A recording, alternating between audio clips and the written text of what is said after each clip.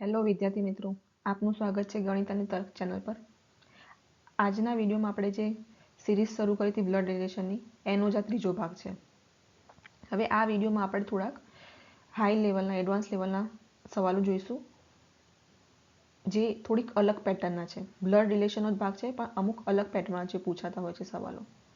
ઠીક છે, તો આપણે શરૂઆત કરીએ પહેલા સવાલથી. સવાલ જોશો તો તમને વધારે ખ્યાલ આવશે. અને એક વાત છે કે આ સવાલ આ જે અત્યારે આપણે સોલ્વ કરવાના છે આ વિડીયોમાં, એ તમને પ્રી લેવલે પણ અને મેન્સ લેવલે પણ ફાયદારૂપ રહેશે એક્ઝામમાં. બરાબર, તો ચલો પહેલો સવાલ જોઈએ.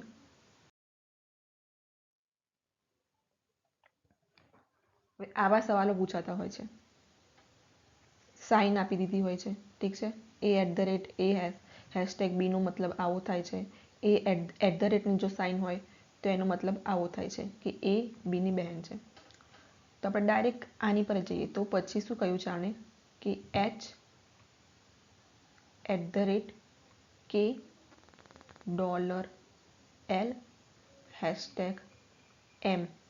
એમાં એમનો કે સાથે કે જે સંબંધ છે એ આપણે શોધવાનું છે. બરાબર, તો હવે અહીંયા જુઓ. હવે આપણે આ જે સાઇન આપી છે એની પરથી ડ્રો કરીશું. કે રીતે કહ્યું છે જો, H@K. સૌથી પહેલાં આટલું લઈશું, H@K. તો H@K એટલે શું થાય છે અહીંયા જુઓ, A@B હોય એટલે શું, એ જે છે બીની બહેન છે. એવી રીતે અહીંયા H@K આપ્યું હોય એટલે એનો મતલબ શું છે કે H એ Kની બહેન છે. બરાબર, પછી શું આપ્યું છે, પછી આપણે આની પર જઈશું. K $L. ડોલરની સાઇન હોય તો શું કહ્યું, શું એનો મતલબ થાય છે, શું સંબંધ થાય છે.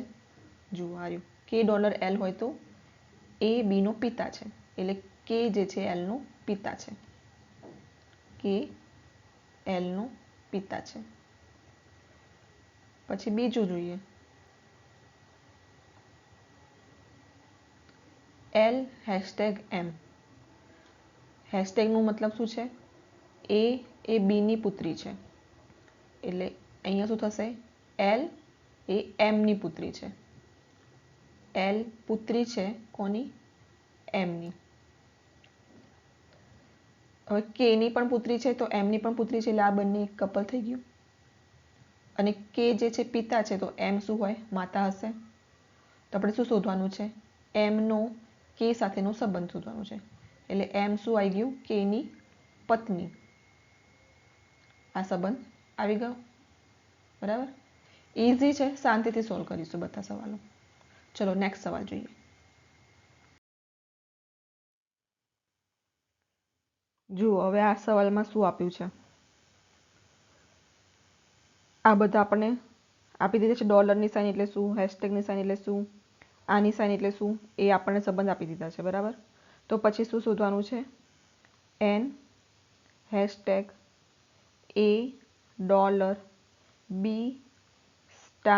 $B*Dમાં ડી અને એનનો સંબંધ શોધવાનો છે આપણે, ડી અને એનનો. બરાબર, તો પહેલાં આપણે જે પ્રમાણે સવાલમાં આપ્યું છે એ પ્રમાણે જોઈએ. તો શું પહેલાં તો N હેશટેગ A છે. બરાબર, N હેશટેગ A. તો હેશટેગની સાઇન બરાબર શું છે કે N જે છે એ P જે છે કે ક્યુની માતા છે, તો એ રીતે N જે છે શું થશે, એની માતા થશે. N એની માતા છે. પછી આ બે લઈશું, $B. ડોલરનો સાઇન શું છે, પિતાનો સંબંધ દર્શાવે છે, એટલે શું, P જે છે ક્યુનો પિતા છે. તેવી રીતે $B છે એટલે શું મતલબ થશે એનો, એ જે છે એ બીનો પિતા છે. બરાબર, પછી આ આપ્યું છે B*D. સ્ટારનો મતલબ શું છે, બહેન, એટલે બી જે છે એ શું છે, પી જે છે એ ક્યુની બહેન છે એવું થયો મતલબ. એટલે અહીંયા B*D આપ્યું છે એટલે એનો મતલબ શું થશે, બી જે છે એ ડીની બહેન છે એવો મતલબ થશે. એટલે બીને આપણે લીધું બહેન અને ડી અહીંયા મૂકી દીધો. એટલે આ એ જે છે એ બીના બી પિતા થશે અને ડીના પણ પિતા છે. બરાબર, તો આપણે શું શોધવાનું છે, ડી જે છે એ અને એન વચ્ચેનો સંબંધ શોધવાનો છે. ડી સાથે એન કેવી રીતે સંબંધિત છે એ શોધવાનું છે. એટલે ડી નો એન સુધી સંબંધ છે એ જોવાનું છે આપણે. તો આપણે એમ તો કહી શકીએ કે એન જે છે એ દાદી થશે, ડીના પિતાના મમ્મી દાદી થશે. પણ ડી નું અહીંયા કશું આપ્યું નથી કે એ છોકરી છે કે છોકરો છે. એટલે આપણે એ કહી નહીં શકતા કે પૌત્ર પણ હોઈ શકે એનો એન માટે, કાં તો પૌત્રી પણ હોઈ શકે. છોકરાની છોકરી પણ હોઈ શકે, કાં તો છોકરો પણ હોઈ શકે. બરાબર. એટલે ડી નું કશું ક્લિયર નથી. એટલે અને અહીંયા પૂછ્યું છે ડી નો સંબંધ પૂછ્યો છે એન સાથે. એવું નથી પૂછ્યું એન નો સંબંધ ડી સાથે નથી પૂછ્યો, ડી નો સંબંધ એન સાથે પૂછ્યો છે. બરાબર. એટલે આપણે અહીંયા ચોક્કસ કશું કહી નથી શકતા ડી વિશે. એટલે શું અહીંયા જવાબ આવશે? ડેટા અપૂરતો છે. આ આપણો જવાબ થશે. હવે ધારો કે અહીંયા આપ્યું છે, જો ઓપ્શન પૌત્રી પણ આપ્યું છે, સી માં આપ્યું છે પૌત્ર. બરાબર. કા અહીંયા જો ડી ઓપ્શન હોત કે એ અથવા બી માંથી કોઈ એક, તો ત્યારે આપણે આ ડી ઓપ્શન સિલેક્ટ કર્યું હોત. બરાબર છે? સમજાઈ ગયું? આટલો નવો છે પોઈન્ટ. ચલો હવે નેક્સ્ટ સવાલ જોઈએ.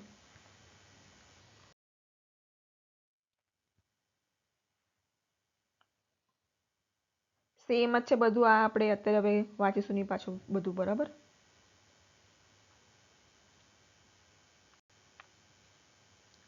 આપણે હવે અહીંયા અલગ રીતે પૂછ્યું છે. પહેલા આગળના બધા સવાલમાં શું હતું કે ઇક્વેશન આપી દીધા હતા, એની પરથી આપણે સંબંધ શોધવાનો હતો. હવે અહીંયા નથી આપ્યું રીતે. બરાબર. અહીંયા શું આપ્યું છે? ઓપ્શનમાં આપ્યા છે. એ ઓપ્શનમાંથી આપણે જોવાનું છે. શું જોવાનું છે? જો આટલું બધું આપ્યું છે એના પછી શું લખ્યું? તો પછી નીચેનામાંથી કોનો મતલબ એમ છે કે સી જે છે એ ડીની બહેન છે.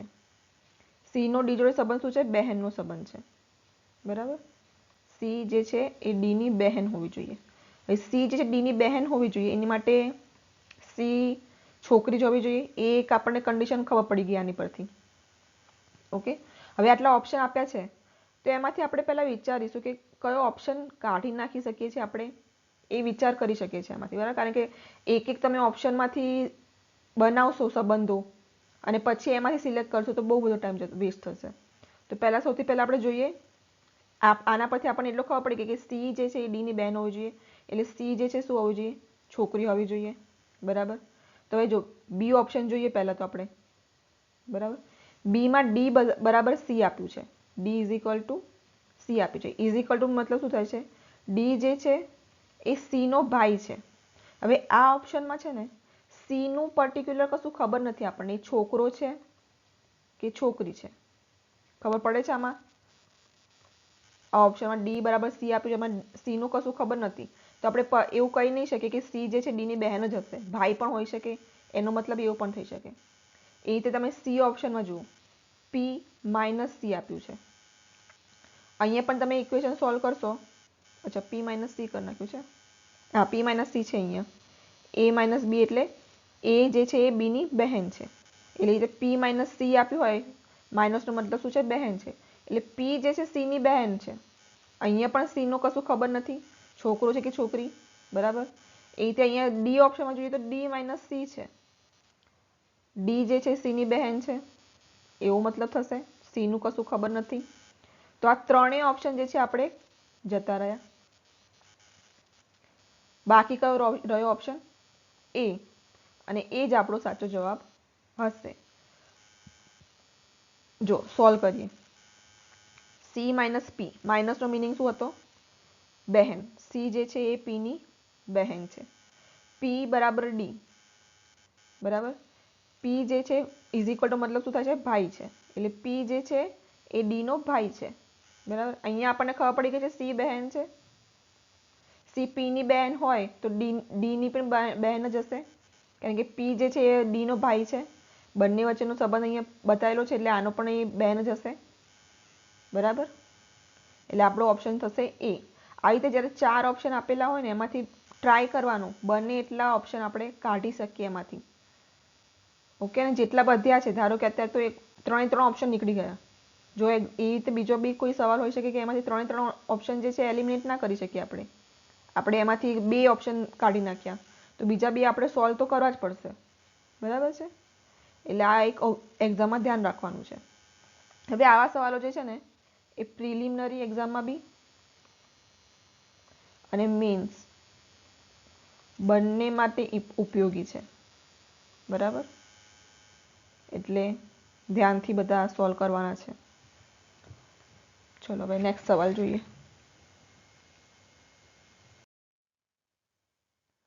જો અહીંયા જે એક્ઝામ્પલ આપેલું છે એ રૂરલ બેંકની જે એક્ઝામ આવે છે 2005માં પૂછાઈ ગયેલો સવાલ છે. ઠીક છે. શું આટલે સુધીના આપણને આપ્યું છે, બરાબર, કે આ નિશાની હોય તો એનો મતલબ આવો થાય. તો આપણે શું શોધવાનું છે? સી માઇનસ એ વત્તા બી.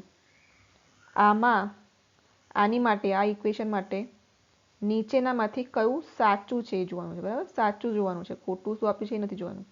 સાચો વિકલ્પ પસંદ કરવાનો છે. તો સૌથી પહેલા જોઈએ સી માઇનસ સી. તો એ જો પી માઇનસ ક્યુ કર્યું છે તો શું છે? પી એ ક્યુની માતા છે.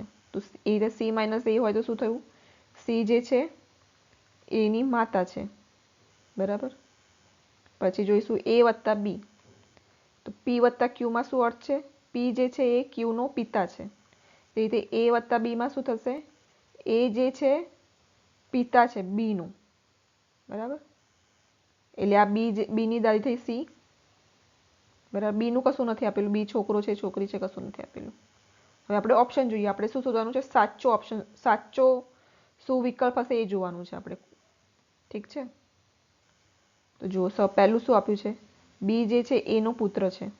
પુત્ર છે એવું કહી ના શકાય, પુત્રી પણ હોઈ શકે. એ સી નો પુત્ર છે. એ સી નો પુત્ર છે એ સાચું છે, બરાબર. સી એની માતા છે, એ પુત્ર છે, તો બી સાચો ઓપ્શન, બી સાચું છે. હજી બીજા ઓપ્શન બી જોઈ લઈએ. જો બી જે છે એનો પિતા છે, એ તો ખોટું છે કારણ કે એ પિતા છે બીનું. સી જે છે એ બીની માતા છે. સી બીની માતા નથી પણ દાદી થાય છે. ઓકે, એટલે આપણો સાચો જવાબ જે આપણો હતો બી એ સાચું જ છે. ઓકે, ચલો ઇઝી હતો આ એકદમ. હવે નેક્સ્ટ સવાલ જોઈએ.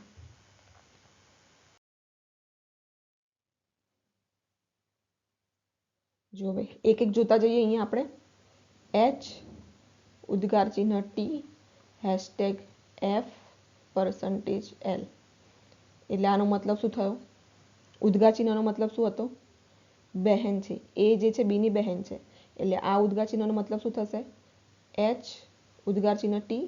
એચ જે છે એ ટીની બહેન છે. હવે T hashtag F. T hashtag F જે છે એનો મતલબ શું છે? એ જે છે બીનો પુત્ર છે.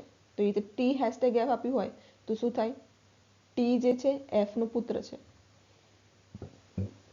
એફનો પુત્ર છે, બરાબર. એટલે એફ છોકરો છે, ટી જે છે એફનો પુત્ર છે. એફ પિતા છે કે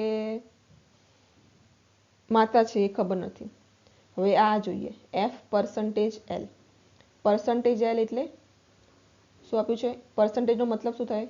એ પર્સન્ટેજ બી આપ્યું હોય તો એનો મતલબ એવો છે કે એ જે છે આ એ બીનો પિતા છે. તો એ રીતે એફ પર્સન્ટેજ એલ આપ્યું છે એટલે શું થશે?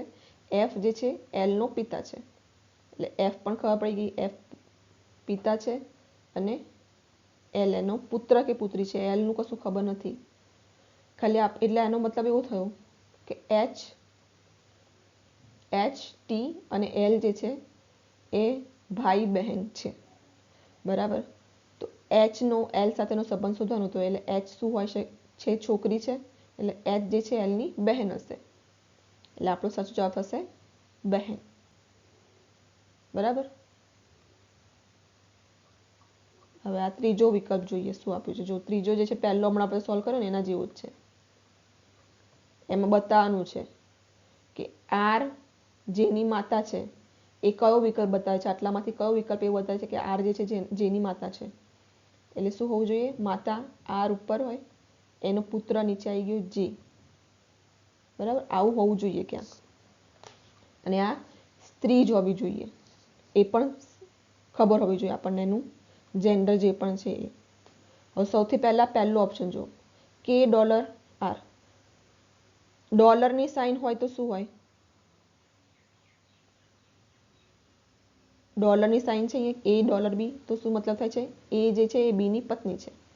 તો અહીંયા શું થશે? કે જે છે આરની પત્ની છે.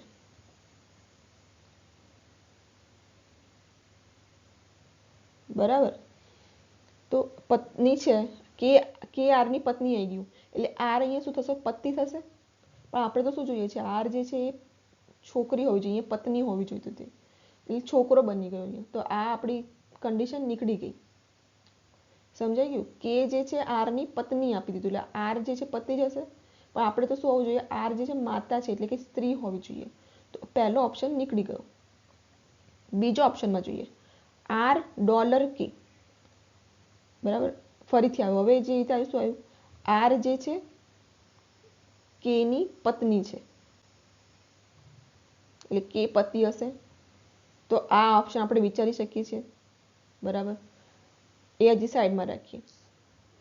હવે ત્રીજો ઓપ્શન જોઈએ. જો જે #R #T.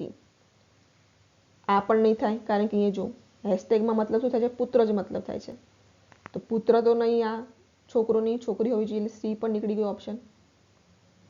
હવે ડી ઓપ્શનમાં જોઈએ તો $K એટલે કે આર જે છે એ કેની પત્ની હોય. બરાબર, અહીંયા આપણે જોઈએ તો એ રીતે આનો મતલબ પણ એવો જ થાય છે. એટલે આપણે આ બે ઓપ્શન જે છે એ વિચારવા રહ્યા. એ આ બે ઓપ્શન આપણે સોલ્વ કરીશું. હવે સૌથી પહેલા બી નું જોઈએ. એમ ઉદ્ગાર ચિહ્ન જે $R $K. ઉદ્ગાર ચિહ્નનો મતલબ શું થાય છે કે એ જે છે એ બી ની બહેન છે. તો આ રીતે અહીંયા એમ ઉદ્ગાર ચિહ્ન જે આપ્યું હોય તો શું મતલબ થશે, એમ એ જે ની બહેન છે. જે #R નો મતલબ શું હતો, પુત્ર. એ જે છે બી નો પુત્ર હશે, તો એ રીતે આપણે જે આર નો પુત્ર થશે. આર જે છે એ કેની પત્ની છે એટલે આ પતિ થશે. અને આ બંને પતિ થયા એટલે આ બંને લગ્ન થઈ ગયા. બરાબર છે. તો આમાં આપણે જો કન્ડિશન સેટિસ્ફાય થશે. આર જે છે જેની માતા થઈ ગઈ બી નું, એટલે જવાબ તો આપણે બી જ થશે. સી તો ડી તો આપણે જોવો હોય તો જોઈ લઈએ, ખાલી આપણા નોલેજ માટે. એક્ઝામમાં તો આ રીતે આવી ગયો આન્સર તો કરી જ નાખવાનું છે સોલ્વ. હવે અહીંયા જો $K એટલે શું થાય, આર જે છે કે ની પત્ની છે. કે %M એટલે પર્સન્ટેજનો મતલબ શું થાય છે, પિતા છે. કે જે છે એમ નો પિતા છે. $M એટલે એમ જેની પત્ની છે એટલે જે છે એ શું થાય, જમાઈ બની જાય છે. અહીંયા પુત્રીનો પતિ જમાઈ થશે, કારણ કે અહીંયા જો $M જે આપ્યું છે એટલે એમ શું છે, પત્ની છે.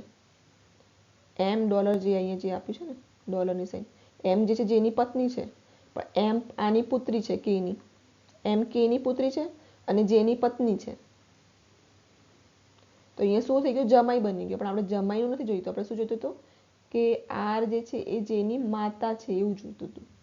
અહીંયા જમાઈનો સંબંધ બની જાય છે એટલે આપણો આ ડી કેન્સલ હતો અને આપણો જવાબ સાચો બી છે એ આવી ગયો. ઓકે, તો આવી રીતે ઇમ્પોર્ટન્ટ છે. આવા સવાલો પૂછાઈ શકે છે એક્ઝામમાં, બહુ જ શક્યતાઓ છે. કારણ કે અત્યારની પણ GSSBની જે એક્ઝામ છે એમાં 40 માર્ક્સનું રિઝનિંગ જ પૂછાવાનું છે. તો આપણે બધા જ ઓપ્શનો બધું જ કવર કરવું જરૂરી છે એમાં. ઓકે,